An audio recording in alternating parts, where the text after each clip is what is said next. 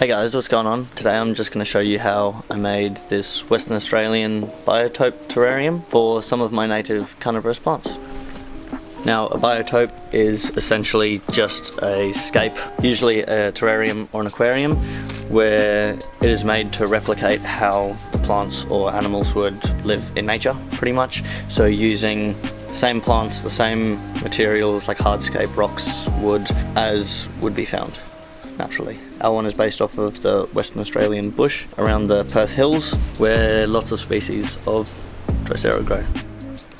So we're using the app iNaturalist to find out exactly where all of these species grow and if they are actually in the areas that we're hoping for. I'm only looking for the species that I already have right now. Most of them are in gemme, some of them I do have already as mature plants. The area that we're going to be using is just anything below Perth City, pretty much up to Albany in that coastal southwest Western Australia. Also looking at the habitat of each of these plants.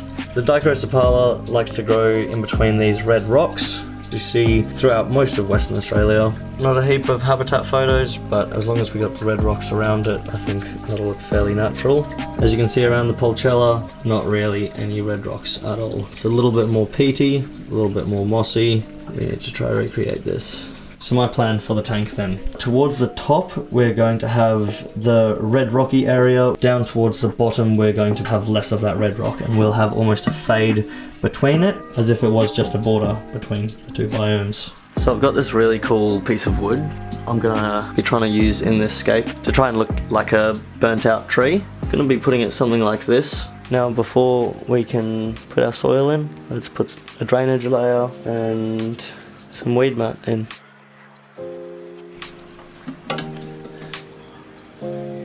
Easy peasy.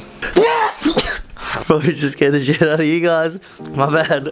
I sneezed on the mic. Fuck, that was so aggressive.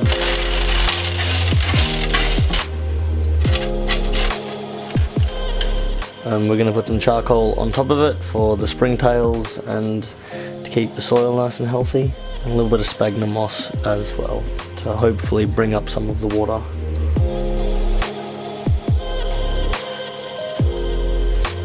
On top of here, we're going to add some sand and perlite to help with some of the draining right before we get into the soil section.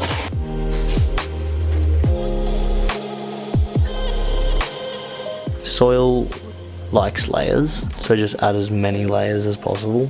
The soil that we're going to use, quite similar to that of the Drosera Pulchella, seeing as this is going to be the main bit that's exposed. So we're going to start putting some of our soil into the terrarium and shaping it up.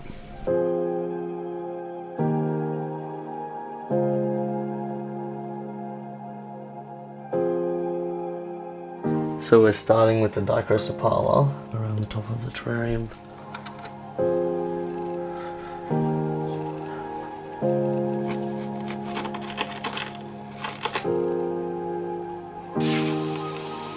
We're going to go on to the Pulchella next. I've got a few pieces of the Pulchella now.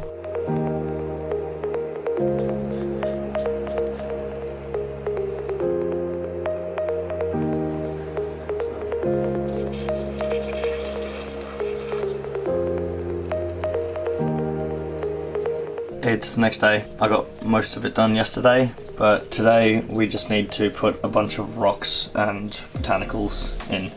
And our gemme. I have all of these red rocks that I've collected, honky nuts and sticks, a few little leaves as well to make it look natural. So this top corner is going to be completely full of red rock, and then it's going to fade less and less as we get down this section. This is going to be sand, this is going to be how it is. Let's start playing around with some rocks.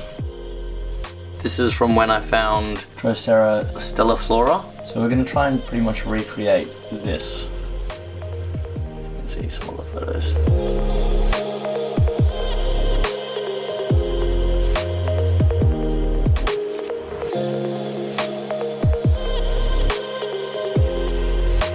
That's looking really good. I think we need a few more little leaves. I'm gonna take the one wheel and I'm gonna go grab a bunch of leaves. Look how what leaves we got.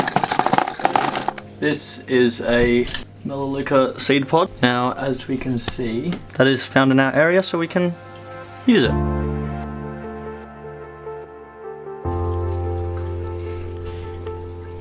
All that's left to do now is to put the gemme inside.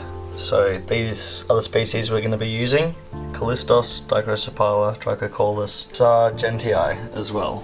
I did leave these in here for a little bit too long, so let's hope they are okay still. You can see we have little plants already. As we can see here, the Callistos likes to grow in quite rocky areas. Can also be quite sandy as well. A little bit of rocks, bit of sand. I'm thinking we place the Callistos along this side here, maybe down the bottom a bit and towards the top. See how small that is.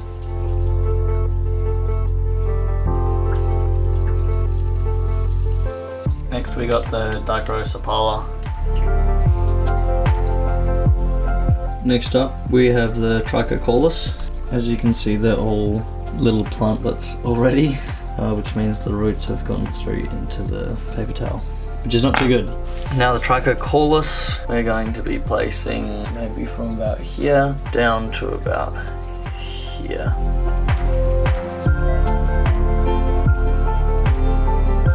Next, up in this log here, I want to use Scorpioides. My Scorpioides here has some gemme. I'm just going to collect that and use that.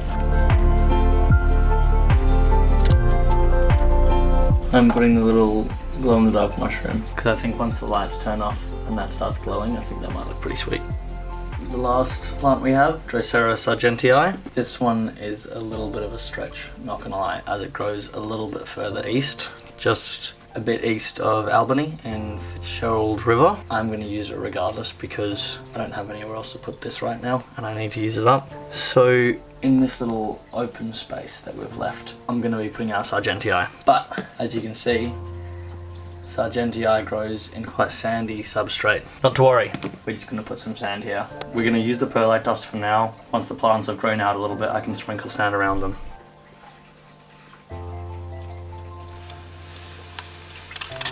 Right, looks pretty good. It is a bit rocky, but that should be fine.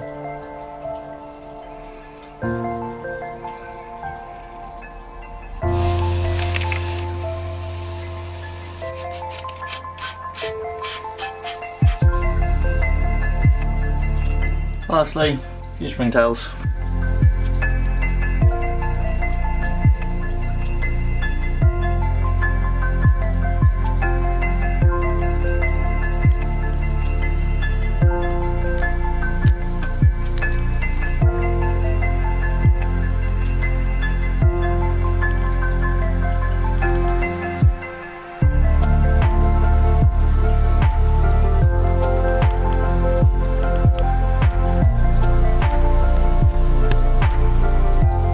Now all we need to do is wait about a month or two until the gemme is a little bit bigger. It's been about 3.5 months since we made this terrarium. We're gonna do a bit of an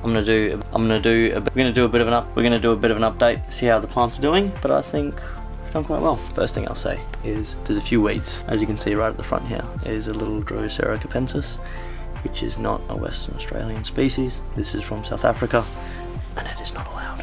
I was going to wait a little bit longer for the update, but I want to use these in the new terrarium I'm making right now.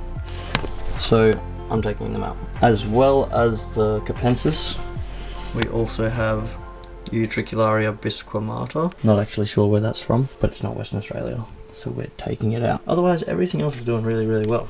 As you can see, our Pulchella is looking really happy. This is some Pygmaea, I believe. This was, I think, the Sargentii. Maybe some Trichocolus or Callistos. Our big Dichrocephala up the top all died. Not too much of an issue. I did kind of think this was going to happen because they were older plants and pygmies are very sensitive. That's okay. We do have some babies coming up as well. You can even see some of the Pygmaea has some flowers forming. It's doing really, really well. We even got our Scorpioides up the top. The Bonata has done really well. Another little one here. Now when I water this terrarium, I fill it up until there's water right up to about here. So I don't want to flood it. I don't know what to say. But yeah, done good.